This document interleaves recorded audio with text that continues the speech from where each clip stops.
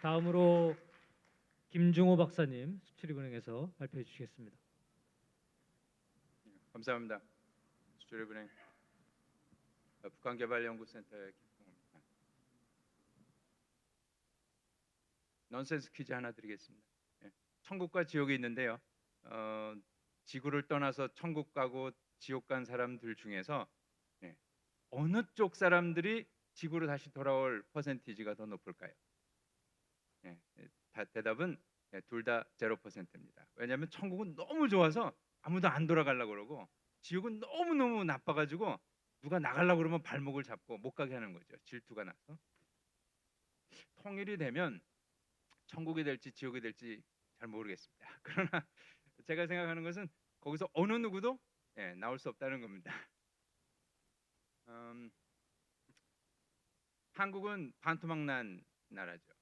그래서 반토막난 자동차를 아무도 사지 않는 것처럼 코리아 디스카운트가 있습니다. 분단 경제의 그 맥시멈까지 우리가 지금 온 게 아닌가. 우리 저성장 시대에 들어가면서 한국 경제의 한계, 그것을 돌파하려면 결국 이제 통일밖에 없다. 다시 두 원래의 하나였던 그 부분들을 합쳐가지고 한 나라로 만들려면 거기에 이제 비용이 들 수밖에 없는 겁니다. 독일 통일의 사례는 사실 대한민국 남북한 통일 시나리오들 중에 하나일 수밖에 없습니다. 어느 날 갑자기 북한이 흔들리고 이렇게 신속하게 협상을 해서 통일을 한다. 그것이 이제 제가 그래프에 이제 그 가상으로 그린 시나리오 그림들 중에 하나인데, 통일 선언하고 오른쪽에 빨간 선으로 나온 것, 통일병이 급격하게 들어갈 겁니다. 그러나 그 전에 북한의 뭐 어떤 상황이 됐건 간에 뭐 대한민국이건 아니면 어떤 국제기구건 북한 관할권이 이렇게 북한 정권이 아닌 외부에 주어져서 북한을 새롭게 디자인을 하고 새롭게 재건을 하는 그런 상황이 발생한다. 그럴 때는 저 그래프의 왼쪽 가운데 있는 것처럼 초기에 긴급 자금이 투입이 되면서 그 북한 지역의 경제를 이제 살리는 작업들을 하게 될 겁니다. 그러다가 이제 통일로 이어져서 통일이 될 때 또 더 많은 비용이 들겠죠. 그것이 아닌 또 다른 시나리오는 이런 겁니다. 북한이 개혁 개방을 적극 받아들여서 통일을 하겠다. 아니 경제 협력을 하겠다. 그러면 북한이 이제 서서히 남쪽과 대화를 하면서 제도와 어떤 인력 훈련 이런 것들을 시도하겠죠. 그러면서 우리가 북한과의 협력 과정에 드는 비용들이 점진적으로 이제 늘어날 테고, 통일이 선언될 때에 이제 본격적으로 비용이 들겠습니다만, 그러나 이제 상당히 북한이 어떤 준비 운동을 한 상태이기 때문에 그렇게 많이 들지는 않지 않겠느냐. 이건 어떤 뭐 과학적인 데이터를 갖고 한 게 아니라 가설입니다. 자, 북한을 다시 살려내야 됩니다. 그래서 이 독일에 의해서 본 것처럼 북한을 어떻게 소생시키느냐. 그래서 하나의 정상적인 남자와 여자가 결혼하듯이 통일을 하면 그 비용이 훨씬 줄지 않겠느냐. 이 사진은 뭐 그 구조대원들이 인형을 놓고 그 구조 훈련을 하는 겁니다. 놀라지 마십시오. 북한 경제를 다시 살리고 한국과 북한의 경제 협력 또 통합, 통일로 이어지는 과정에서 정책금융이라는 것의 역할은 상당히 중요하다. 그 부분을 그 앞에 발표하신 분들을 통해서 많은 힌트를 얻었고 또 참고해야 된다 생각을 합니다. 시나리오들 중에서 한 가지를 한번 뽑아볼까요? 북한이 개혁 개방을 적극하겠다. 그래서 우리가 어떤 특구를 개발한다든지 인력을 훈련한다든지 산업 공단을 개발한다든지 할 때 우리가 충분한 지식과 노하우를 전달해 준다. 그래서 경제 협력이 추진될 때 초기 단계와 중간 단계, 그다음에 성숙한 단계 세 단계로 구분하면 초기에 들어가는 비용이 이제 점점점 늘어가면서 그 많은 돈이 들겠죠. 근데 이제 거기에 들어가는 그 재원, 파이낸스의 종류는 달라질 수밖에 없습니다. 초기에 이제 정책금융이라는 그 국가 대한민국의 재정이 들어갈 수밖에 없고요. 그리고 점점점 이제 민간 자본이 들어올 수 있는 그런 환경을 만들어 가겠죠.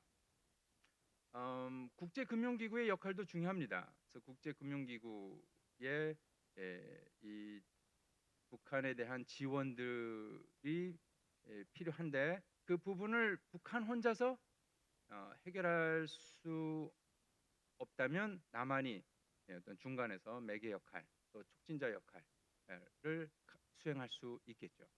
그래서 정치적인 위험이 북한 마켓에서 이렇게 내려가고 또 북한 경제 상황이 개선되면서 상업성과 수익성이 올라가는 그런 것을 가상한다면 이 재원의 어떤 그 전략적인 투입을 고민해야 될 것 같습니다.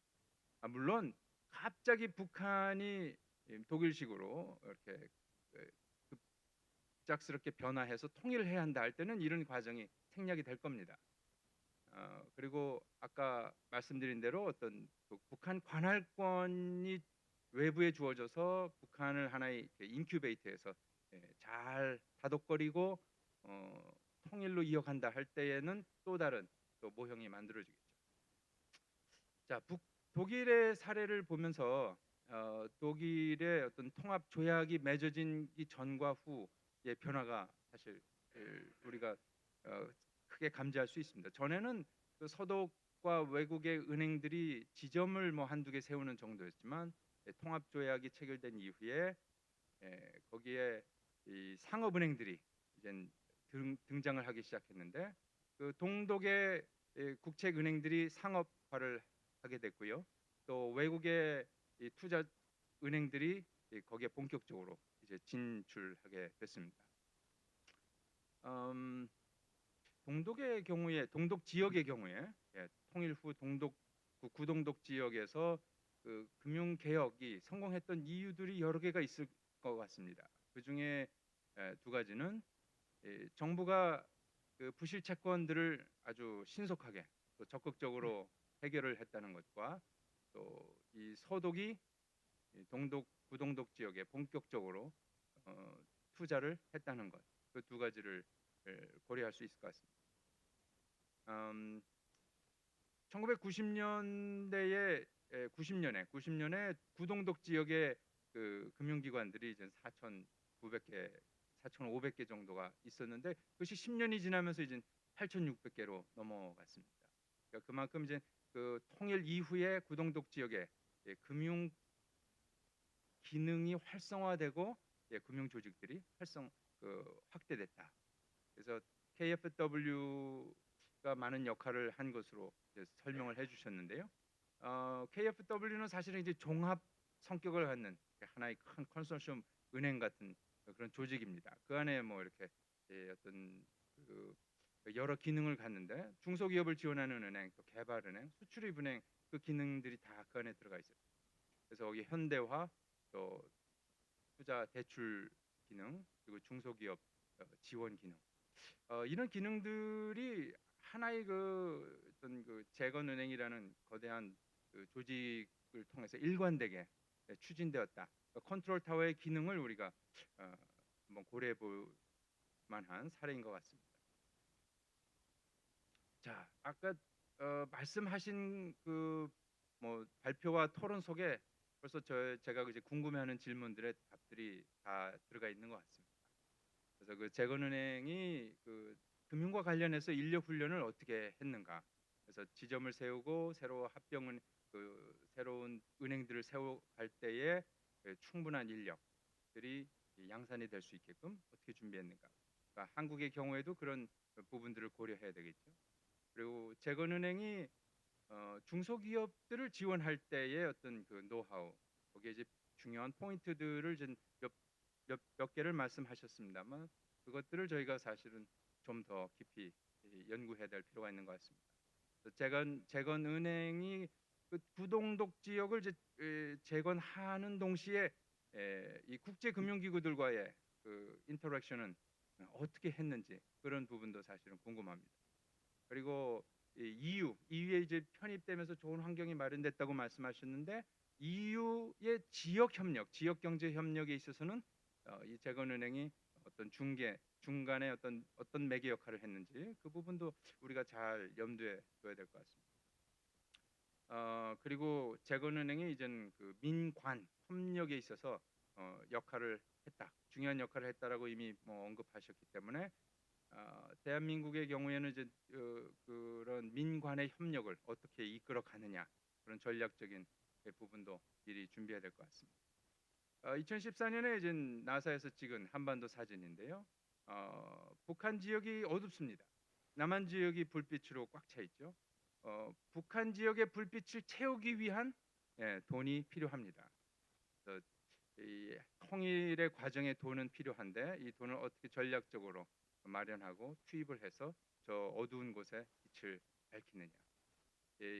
통일금융은 단순한 어떤 대화가 아니고 복잡한 이 수학 방정식을 가지고 아주 면밀하게 전략적으로 마련하고 투입을 해서 저 어두운 곳에 빛을 밝히느냐. 통일금융은 단순한 어떤 대화가 아니고 복잡한 이 수학 방정식을 가지고 아주 면밀하게 접근해야 되는 이슈인 것 같습니다.